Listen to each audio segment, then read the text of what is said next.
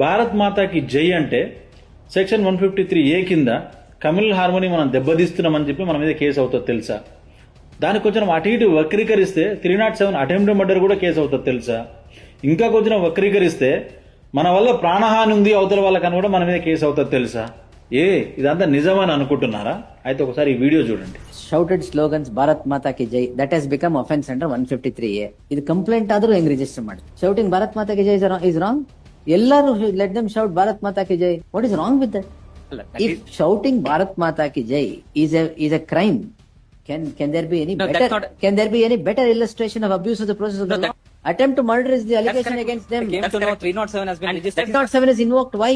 Because they shouted those slogans. And apparent threat, the next day the story is built up. Sir, we are living in a society with harmony. That's correct. Why all this? Not necessary.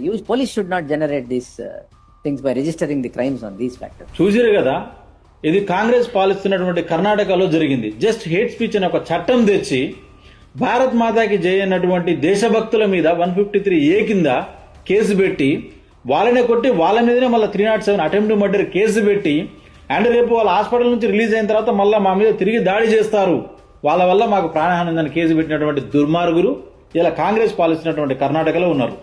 ఇది కట్టు కథ కాదు, పచ్చి నిజం. మీరే చూశారు కదా. అయితే మీకు అనిపిస్తుండొచ్చు ఇప్పుడు ఇదంతా మాకే